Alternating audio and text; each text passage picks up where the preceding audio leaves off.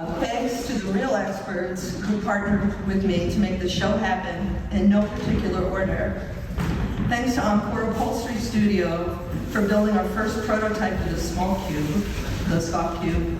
Thanks to Neighborhood Woodshop for building the wooden cube. Looking forward to further adventures with both of you. Thanks to my exceptionally skilled and generous friends, Tina Waddell, for framing the drawings and gouaches in this exhibition, and Tim Rummelhoff for photographing the objects and the installation.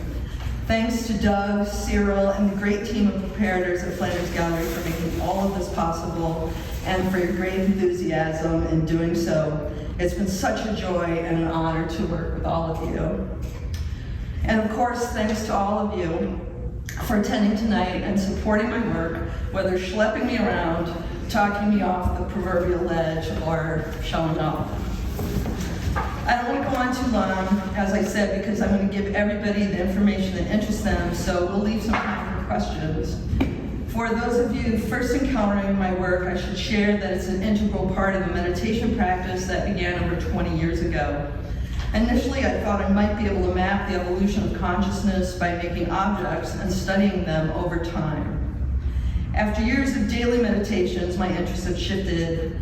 I think it's pretty clear that form, process, and materiality are key considerations. But I'm also concerned with what I guess you could loosely characterize as psychometry in the spiritual sense. Ayurveda, the ancient Indian science of life, teaches the importance of having a positive attitude when preparing food, because one's intentions are transferred to the food and ultimately the consumer.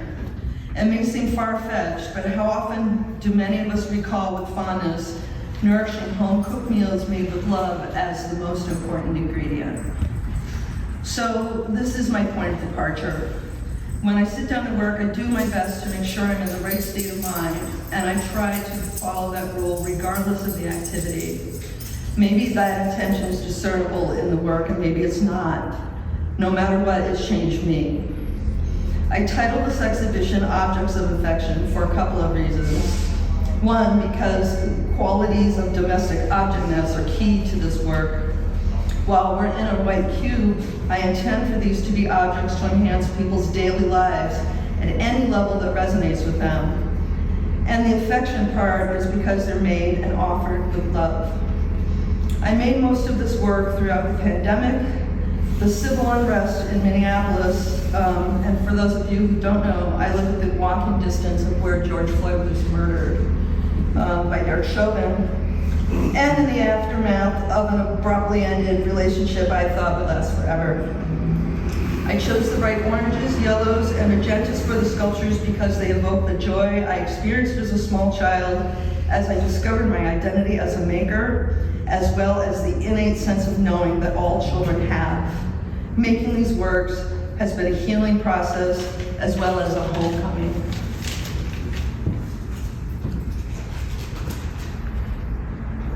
Thanks.